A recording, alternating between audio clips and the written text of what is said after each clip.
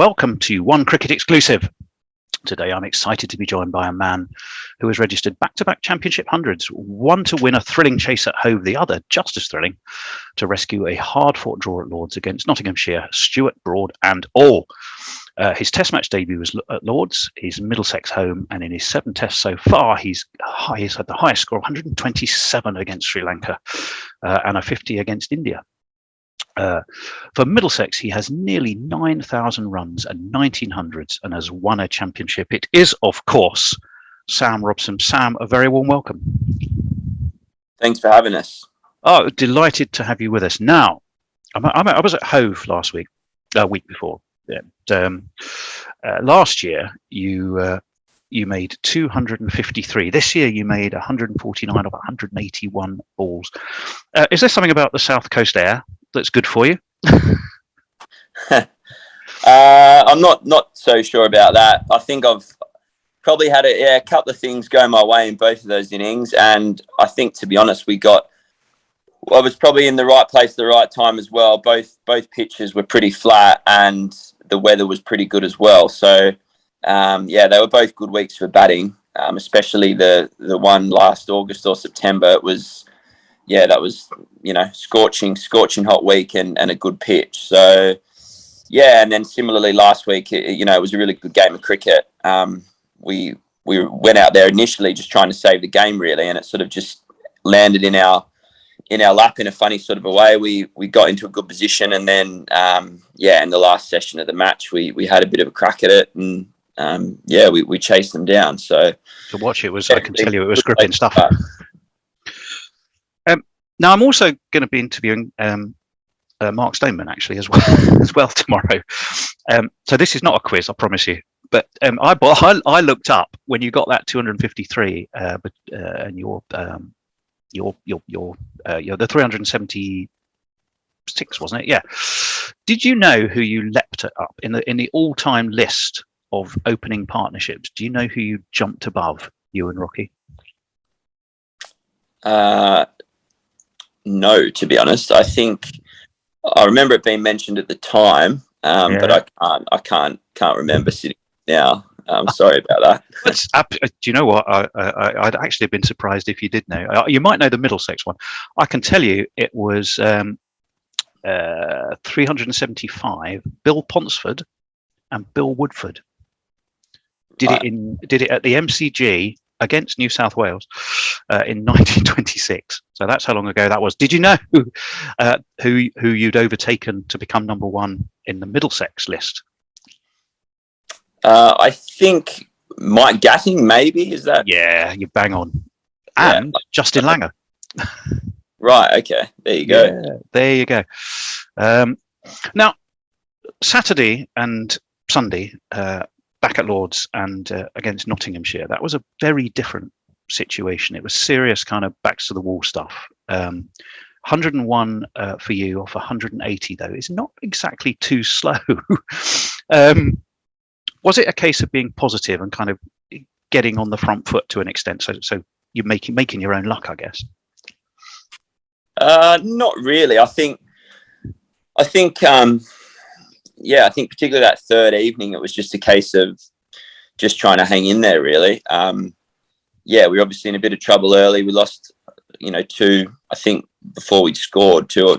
I think we were none for 2, 2 for none, however you want to put it. And then, Peter Handscomb and I managed to hang in there for a little while, and then he got out, and I think we just, from there, Max Holt and myself just tried to get to the close as we could.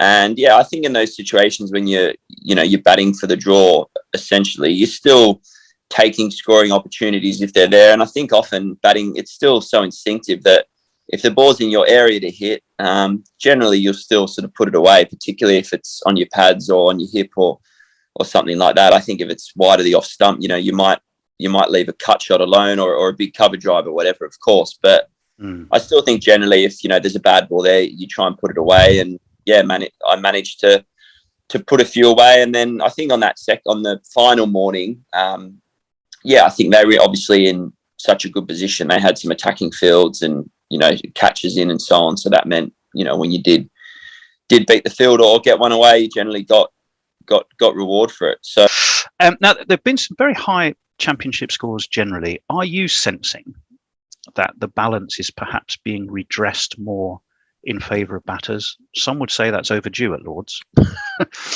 Is that something that you're aware of? Yeah, I think we have seen some higher scores the last sort of 4 or 5 weeks in the championship all over the place. I don't know. I think probably the weather's probably helped. Generally, it's been a bit better than past seasons. I remember last year, I think April, May, I don't think there were many days, certainly at Lords, where we played without the lights on. I can't remember the numbers, but, I think it was almost every day it's cricket at Lords. The lights are on for a proportion of the day, or in some cases the whole day. So that obviously has an impact. And yeah, I don't know, maybe some of the discussion that's sort of been around domestic cricket over the last sort of year or two has maybe sort of put counties and clubs under a bit of pressure to try and prepare better wickets and whatever, which is what you want, I think. So yeah.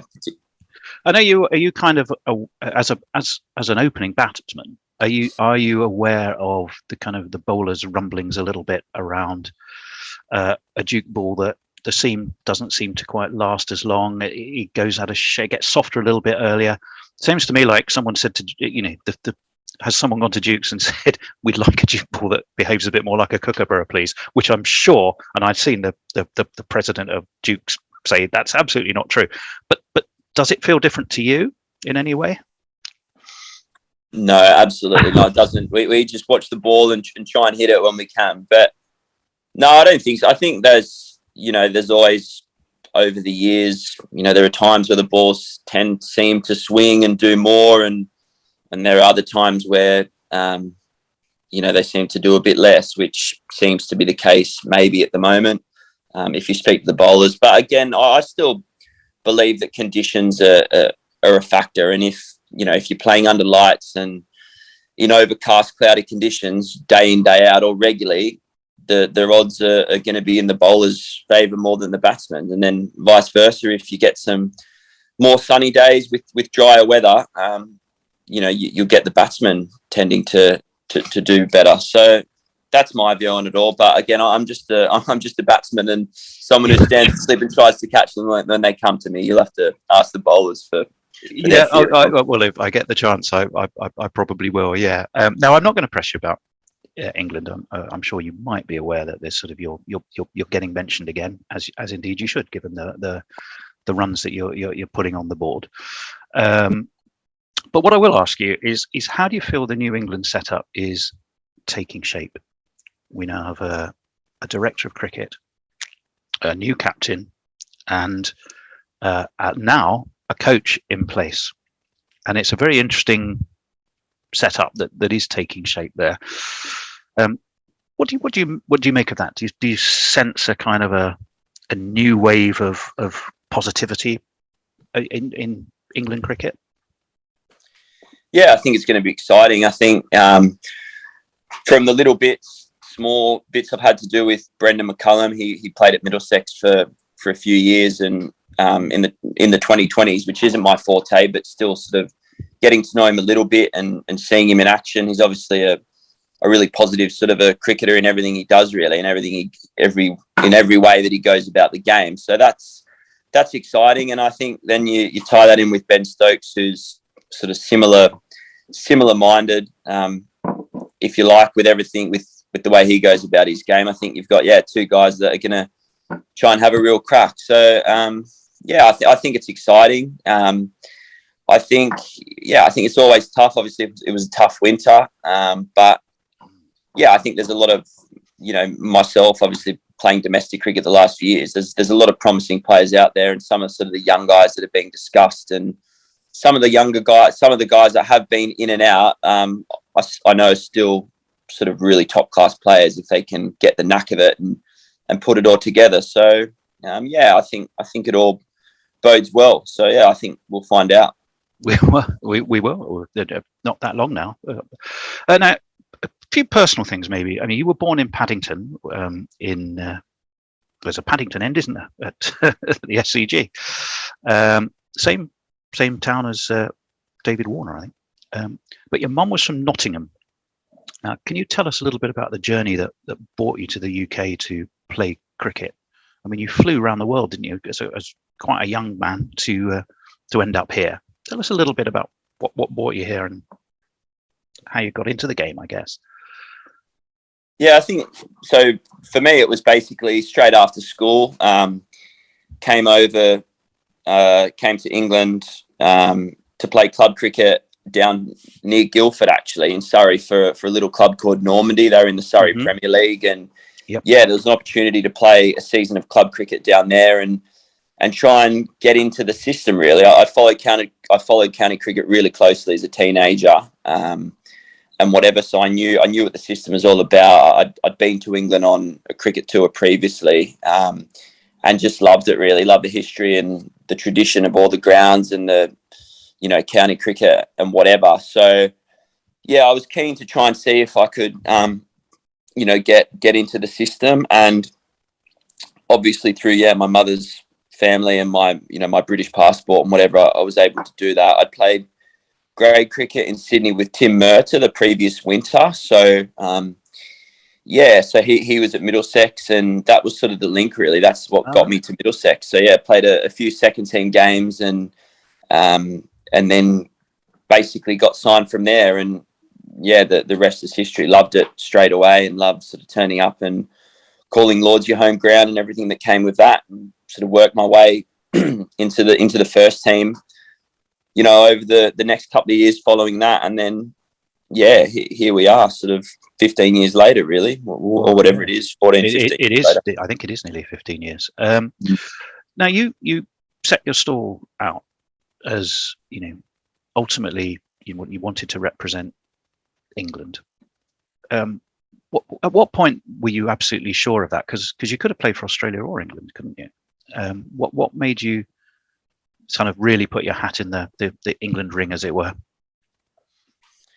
I think it was more a gradual thing, really. I think when you're young, for me at the age of 17, 18, as I came over, you're only a kid and you just want to improve and play the game. And I think just playing professionally originally, that was playing professionally at Lords. I think that was the main thing, really, turning up and living in London and playing at Lords and whatever. That was just amazing. So that was my initial sort of thing, just to take each day as it comes, as cliched as it sounds, and just try and improve and get better and all those sort of things. And then gradually, after 4, 5, 6 years of sort of living here and being immersed in obviously the cricket system and my life here, it was just sort of the natural progression, I suppose. And when I was sort of selected for Lions tours and then selected for the Test team, it was just amazing. So it's probably not something I probably didn't analyse it too closely, really. I was in the system playing, and it just went from there. And I think most of my adult life, really, since I left school, has been over here. So when I get asked the question about all that stuff, I don't think about it too much anymore. And I suppose at the time it was maybe similar scenario, because I was just in the system and playing and whatever. So it just happened, if you like. Well, we're delighted that it did. Now, who were your biggest influences in cricket? I mean, your dad, James, and brother Angus were both spinners, weren't they? And of course, you bowled some leg spin. So, did you ever think I might be a bowler rather than an opening bat? I did a bit of everything, really. I was at times as a teenager, I was probably even mainly a leggy. But yeah, I mean, I always batted up the order in my own age group and whatever. But in terms of influences, as you said, my family, my family all played and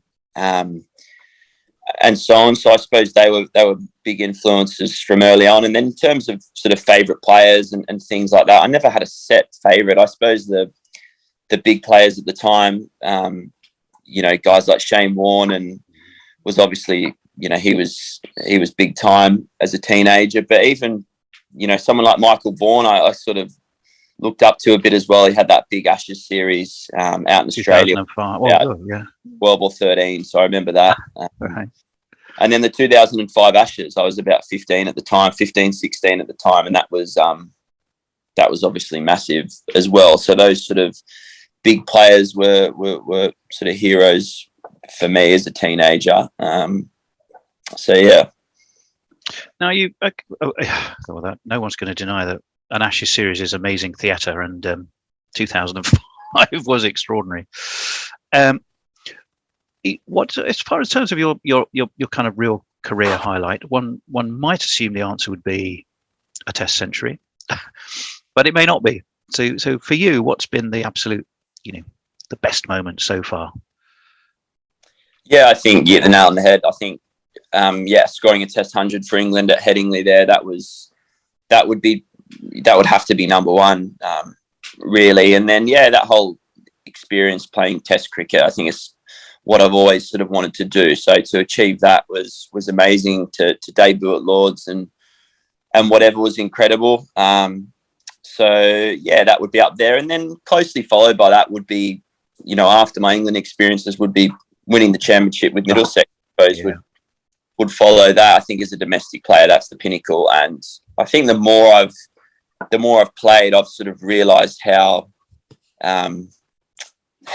big an achievement and how sort of lucky we were. I think you can be the best side in the country and still not win it. So I think you need things to go your way, as well as having to play really good cricket for a full summer in what's, a tough grind at times. So that was amazing. And so, those few things, England experiences and then winning the championship would be up there.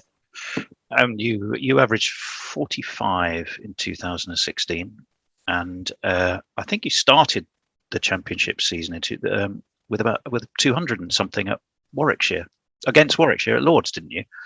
So you kind of set us on the road towards that win. I think I've got my numbers right. I'd have to double check, but I'm sure it was a double 100 you got at the beginning of the season. Am I right?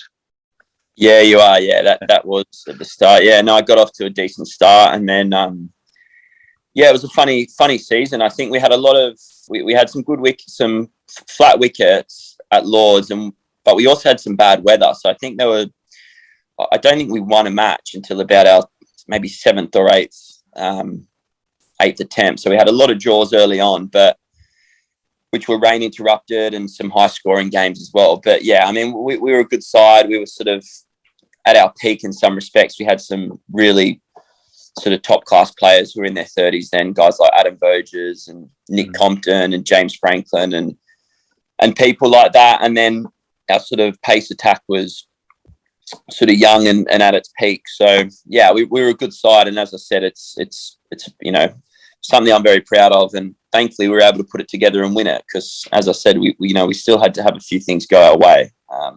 We were up there. We were definitely one of the best sides, that's for sure. What would you say has been your toughest time since you've been playing in England? Hard to pinpoint. I suppose maybe the year after I got left out by England was tough. But I look back on it now and it's just sort of part of the journey, really. But I think, being in the Test side and then being dropped and going back to county cricket, you tried to sort of play like someone you weren't, rather than just going out and batting and doing your thing. Maybe I sort of tried to prove to opposition and prove to everyone that I was a Test player, because I'd sort of, played and being dropped and whatever, rather than just sort of doing the process of, that's another cliche there, but sort of just doing your processes and going about things the way I'd always had done. And then I ended up in a bit of a muddle, really. I was sort of not playing that well and whatever. But so that was tough. And then I think just little periods as opening the batting and, or batting anywhere really, but sort of particularly opening, sometimes, you can feel like you're playing all right and you can have a few failures and sort of question things a little bit. But so there's been tough times and whatever. But I think as I've got older, I've probably become a bit better at just sort of putting it to one side and keeping it all in perspective and trying to just enjoy the game and go with it, really. Who've been your toughest opponents in your career? When real jewels that you've kind of relished, or players you've, I don't know, massively respected, or have, you know, look forward to playing against? Who would you put into those categories? Yeah, it's a tough question. There's obviously quite a few, and there's quite a few that have got me out a lot of times, that's for sure. Yeah, I suppose in recent years, in domestic cricket anyway, someone like probably Ollie Robinson has been one of the standout bowlers in domestic cricket, you know, in county cricket. So he's up there definitely as an opening batter when you're going out there. He's been hard work at Hove, I know that. Face the new ball, yeah, he's tough work. And yeah, Craig Overton, similarly, playing against him has been difficult. And then, yeah, I suppose looking further back, you know, obviously, you know, my time in the test team, you know, playing against international bowlers and whatever, that was obviously tough work. But yeah, I've not someone who analyzes all that too closely, really. Just trying to sort of rack my brain. Graham Onions was another one in the early stages of my career. He was sort of the trump opening bowler in domestic cricket at that time. So yeah, but I don't know. So you're picking names. Try not to think too much about it, so that when I go out there, I'm not out before I even tap my bat. If you see what I mean. Well, you're definitely thinking like an opening batsman in some of those names that you're mentioning. Yeah. Than what you're saying there. Now, you know, you started in List A cricket 2008, I think. Your first class career 2009. That's what, 13 years. Do you think the game's changed, or is it still fundamentally the same? Yeah, it obviously has changed. I think whiteboard cricket has, yeah, I mean, obviously that has changed. 2020 has, with that sort of coming more and more to the fore, and not even more and more to the fore, but I think young players are practicing that format of the game a lot harder, and, you know, rather than just going out and sort of having a bit of a hit, which, you know, that they weren't doing 10 years ago. Probably that was earlier than that. But I think as each year's gone on, you know, there's more and more focus on that. So I think whiteboard cricket has definitely changed, obviously. But yeah, I suppose 4-day cricket, I wouldn't say too much has changed really. Again, I suppose in terms of county cricket conditions and the scheduling, which people have discussed, you know, thousands of times, and we're not going to go into here, but that obviously plays a part. I think, you know, we touched on it earlier. The weather's been pretty good here the last month, so we've seen some good games and some high scoring matches. But I think in recent years, with so much cricket in April and May and then September, yeah, there have been a lot more low scoring games where the seamers have dominated from start to finish, really. So I think when I started out, there was more cricket in the middle of summer, so you probably did have more, you know, hard, longer games. That would be, you know, that is probably fact, I would say. But overall, not too much really in 4-day cricket, I wouldn't say. When you're playing a long innings, do you have little techniques or processes that you go through to retain concentration? Yeah, there's a few little things, but I think generally it's the more you do it, you sort of got a little bit of a routine, and you just sort of you know, it's experience. I think it's like everything. The more you do anything, the better you generally get at it, and you sort of get into the swing of it. So I definitely think like long innings and getting big scores is a habit and is a skill. So yeah, I think there's no surprise. That's why, you know, a lot of the best top class players are able to do it more consistently than others. So I think, yeah, all the standard things that we've heard about, you know, trying to relax in between balls and concentrate hard when the time is right is obviously critical. But yeah, I don't analyze it too much. I think too much about it, but I think, yeah, the more you do it, the better you become, definitely. And it's definitely a skill and not something that I think you can just switch on like that.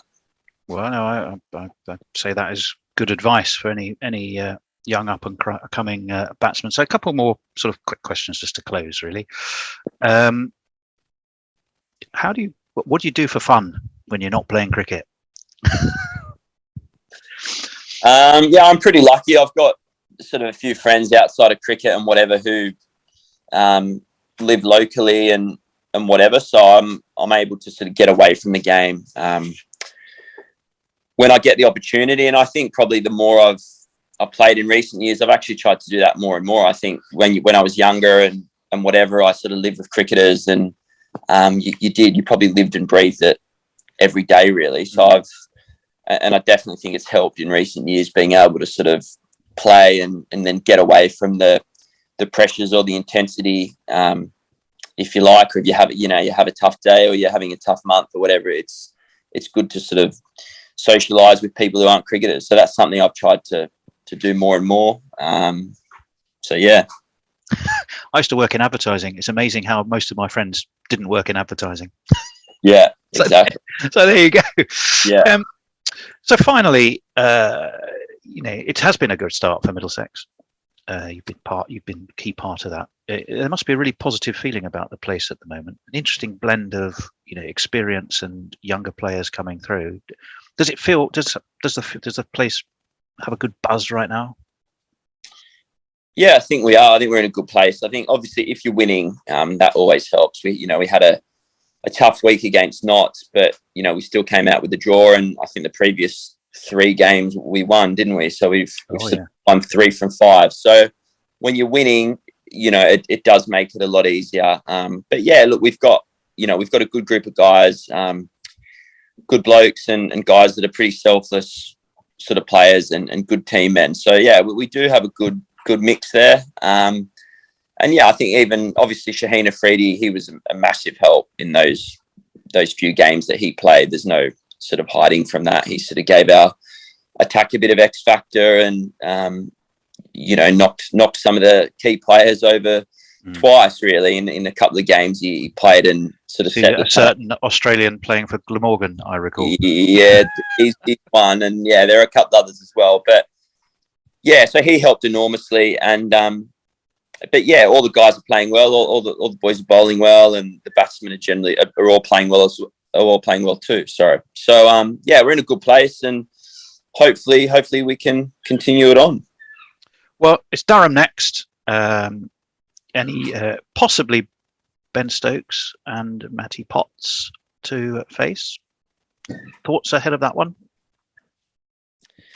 Yeah, no real thoughts other than the sort of stuff we've tried to do the last few weeks. I think we've just tried to, all of us, myself included, we've just tried to turn up and prepare well, and then tried to stay focused on what we sort of do best, really. So I think that will be the focus again. We obviously look at the opposition a little bit and work out, the different challenges that we might come across game to game. But yeah, look, they're a good side. They're doing well. And yeah, they've got a few guys on a bit of a roll. So it's going to be a tough game. But hopefully, yeah, if we keep playing some of the cricket that we have done, particularly the first few weeks of the season, hopefully we'll be able to match them and come out with a win.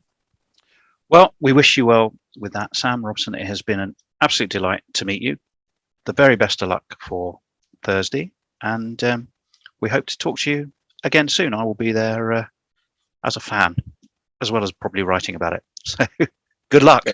Thanks a lot. Cheers. Thanks, Tony. Cheers, mate. Great pleasure.